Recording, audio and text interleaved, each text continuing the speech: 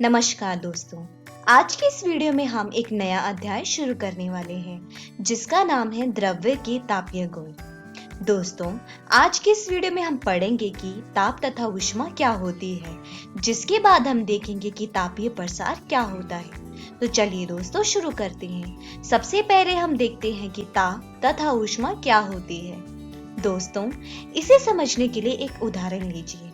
मान लीजिए जब आप या फिर आपके पापा सुबह स्कूल जाते हैं तो उस वक्त आपको गर्मी ज्यादा लगती है, क्योंकि सुबह के वक्त जो तापमान होता है वो ज्यादा होता है।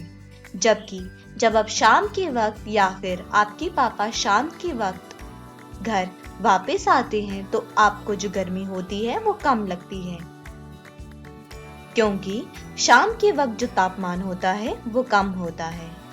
चलिए एक और उदाहरण देखते हैं। दोस्तों, जैसा कि आप देख रही हैं कि ये एक कॉफी का मग है और दूसरी तरफ ठंडा है। जब आप कॉफी को हाथ लगाते हैं तो आपको गर्म सा महसूस होता है, क्योंकि वहां पर जो तापमान होता है वो अधिक होता है। जबकि आप जब ठंडों को हाथ लगाते हैं तो आपको कुछ ठंडा महसूस होता है। वो ऐसा इसीलिए होता है क्योंकि वहां पर जो तापमान होता है वो कम होता है। दोस्तों, इसी के अनुसार हम ताप तथा ऊष्मा में अंतर कर सकते हैं। ऊष्मा ऊर्जा का एक रूप है जो दो या दो से अधिक प्रणालियों के बीच स्थानांतरित होता है और इसके आसपास तापमान के अंतर के आधार पर होता है। दोस्तों, इसकी एसआई इकाई जूल होती है। चलिए एक और उदाहरण लेते हैं। दोस्तों, मान लीजिए ये कोई आपके पास एक पात्र है जिसमें पानी रखा गया है। अब आपको बोला गया है कि इस पानी को गर्म कीजिए, तो आप क्या करेंगे? आप इस पानी को गैस के ऊपर रखेंगे और इसे गर्म करेंगे। थोड़ी ही देर के बाद देखेंगे आप कि पानी जो है वो उबलना शुरू हो गया है। अब आप क्या करिए, आप एक थर्मामीटर लीजिए और उसको पानी में डाल दीजिए। कुछ समय के बाद आप देखेंगे कि जो थर्मामीटर का पारा है वो धीरे धीरे बढ़ रहा है। तो इसके अनुसार आपको पता चलता है कि जैसे जैसे तापमान बढ़ता है वैसे वैसे थर्मामीटर का पारा भी बढ़ता है। चलिए एक और उदाहरण लेते हैं। दोस्तों, मान लीजिए ये कोई एक पात्र है जिसमें एक ठंडा पानी रखा गया है और ये दूसरा पात्र है जिसमें गर्म पानी रखा गया है। अब आप क्या करिए, आप अपने एक हाथ को ठंडे पानी में डालिए और दूसरे हाथ को गर्म पानी में डालिए। कुछ समय के पश्चात आप क्या करिए, आप अपने दोनों हाथों को निकालिए और मध्यम आंच वाले पात्र में जहां पर पानी है उसमें डाल दीजिए। तो आप यहाँ पर देखेंगे कि जो हाथ आपने ठंडे पानी में डाला था उसे कुछ गर्मी का एहसास हो रहा है, बल्कि जो हाथ आपने गर्म पानी में डाला था उसमें कुछ गर्मी का एहसास हो रहा है। तो दोस्तों, इसके अनुसार हम जान सकते हैं कि तापमान क्या है। दोस्तों, तापमान किसी वस्तु की गर्माहट या ठंडक का डिग्री का माप होता है। इसे थर्मामीटर नामक उपकरण द्वारा मापा जाता है। तापमान की एसआई इकाई केल्विन होती है। अन्य आमतौर पर इस्तेमाल की जाने वाली इकाइयां हैं सेल्सियस तथा फ़ारेनहाइट। दोस्तों, थर्मामीटर का उपयोग ताप को मापने के लिए किया जाता है।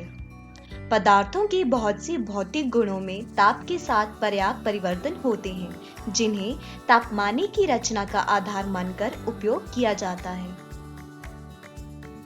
सामान्य उपयोग में आने वाला गुण ताप के साथ किसी द्रव्य के आयतन में परिवर्तन होता है।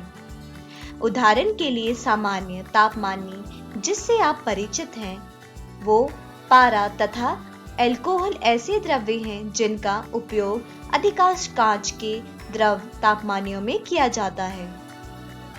दोस्तों, तापमानियों का आंशांकन इस प्रकार से किया जाता है कि किसी दिए गए ताप को कोई संख्यात्मक मान निर्धारित किया जा सके। ताप का माप क्रम बनाने के लिए पदार्थ की ऐसी दो अवस्थाओं को आधार बनाया जाता है जिन्हें सुगमता पूर्वक प्राप्त किया जा सके। दोस्तों, गलती हुई बर्फ के ताप को हिमांक तथा उबलते हुए जल की माप को भाप बिंदु कहा जाता है। इन तापों को भिन्न भिन्न पैमानों पर स्वेच्छा से कुछ आंकिक मान दे दिया जाता है तथा इन मानों के अंतर को डिग्री कहा जाता है। तापमापन हेतु कई प्रकार के पैमानों को प्रयुक्त किया जाता है, जैसे कि सेल्सियस, फ़ारेनहाइट, केल्विन इत्यादि। सबसे पहले हम देखते हैं सेल्सियस पैमाना क्या होता है।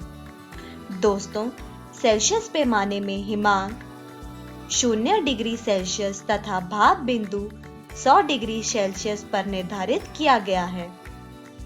हिमांक तथा भाप बिंदु के बीच की दूरी को 100 बराबर भागों में बांटा गया है। प्रत्येक भाग को 1 डिग्री सेल्सियस कहा जाता है। अब हम देखते हैं केल्विन पैमाना। दोस्तों, केल्विन पैमाने में हिमांक 273 केल्विन तथा भाप बिंदु 373 केल्विन पर निर्धारित किया जाता है। हिमांक तथा भाप बिंदु के बीच की दूरी को 100 बराबर भागों में बांटा जाता है। प्रत्येक भाग को 1 केल्विन कहा जाता है। फ़ारेनहाइट पैमाना। फ़ारेनहाइट पैमाने में हिमांक 32 डिग्री फ़ारेनहाइट तथा भाप बिंदु 212 डिग्री फ़ारेनहाइट पर निर्धारित किया जाता है। हिमांक तथा भाप बिंदु के बीच की दूरी 180 भागों में बांट दिया जाता है। प्रत्येक भाग को 1 डिग्री फ़ारेनहाइट कहा जाता है। दोस्तों, तापमापन के विभिन्न पैमानों में संबंध होते हैं।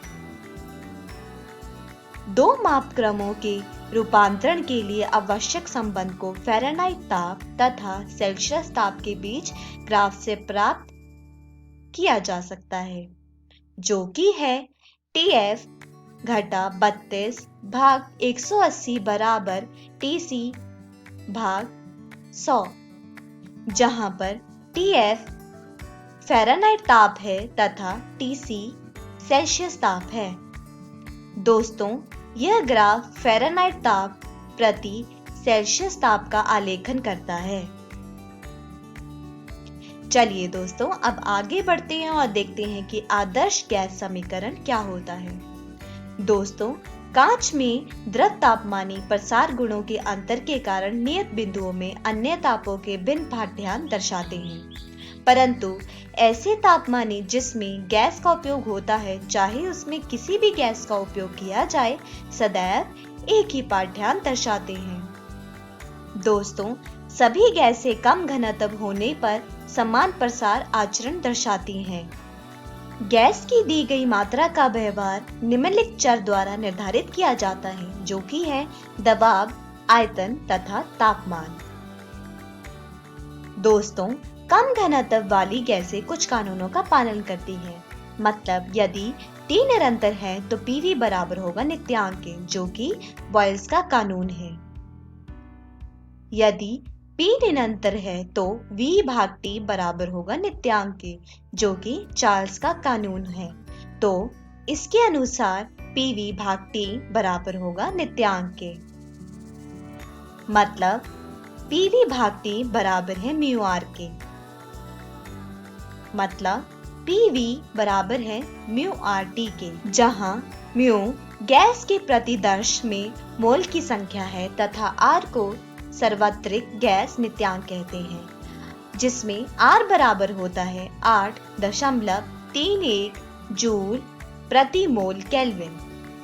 तो दोस्तों, यहाँ पर हमने जाना कि दाब तथा आयतन ताप के अनुक्रमानुपाती होते हैं। मतलब, PV बराबर है T के।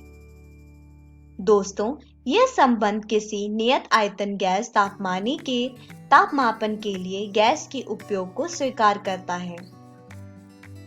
मतलब, किसी गैस का आयतन नियत रखने के लिए P बराबर T प्राप्त होता है। इसी प्रकार से किसी नियत आयतन गैस तापमानी में ताप को दाब के पदों में मापा जा सकता है। दोस्तों, दाब तथा ताप के बीच में ग्राफ एक सरल रेखा होता है, जैसा कि आप यहाँ पर देख सकते हैं। दोस्तों, जैसा कि आप यहाँ पर देख सकते हैं, सरल रेखा को बहिष्प्रेषित करके किसी आदर्श गैस के लिए परम निम्नलिखित ताप प्राप्त किया जा सकता है।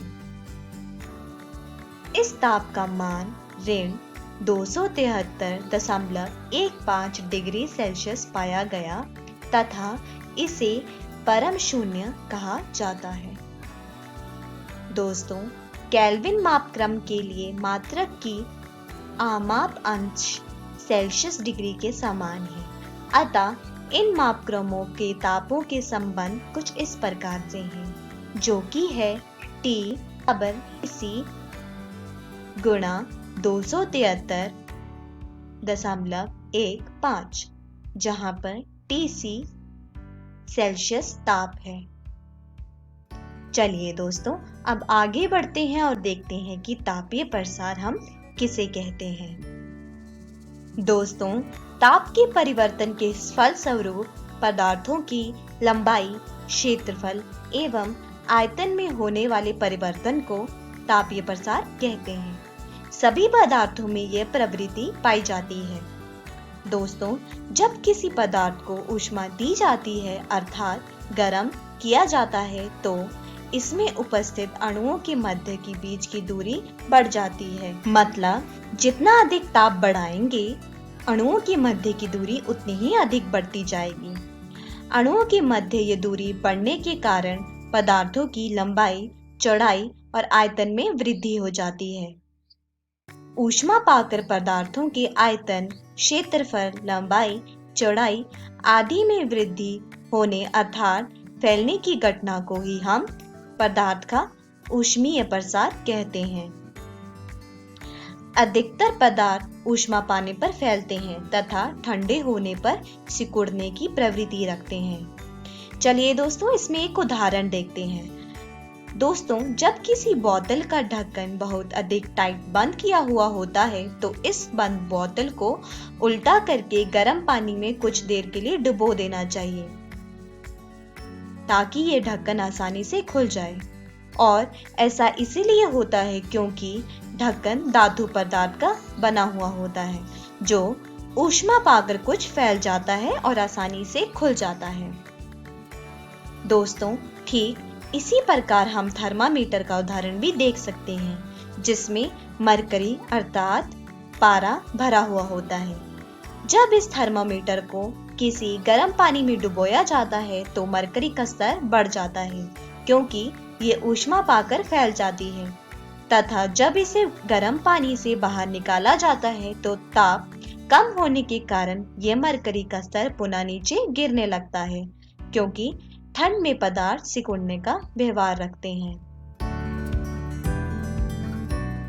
तो दोस्तों, आज की इस वीडियो में हमने सीखा कि ताप तथा ऊष्मा क्या होती है, जिसके बाद हमने तापीय प्रसार के बारे में पढ़ा। अगली वीडियो में हम ठोसों के ऊष्मीय प्रसार के बारे में पढ़ेंगे, जिसके बाद हम देखेंगे कि विशिष्ट ऊष्माधारिता क्या होता है। दोस्तों, मैं आशा करती हूँ आपको ये वीडियो अच्छे से समझ आया होगा। तब तक आप अपनी पाठ्य पुस्तक से इन सारे विषयों को दोहराने की कोशिश कीजिएगा। धन्यवाद।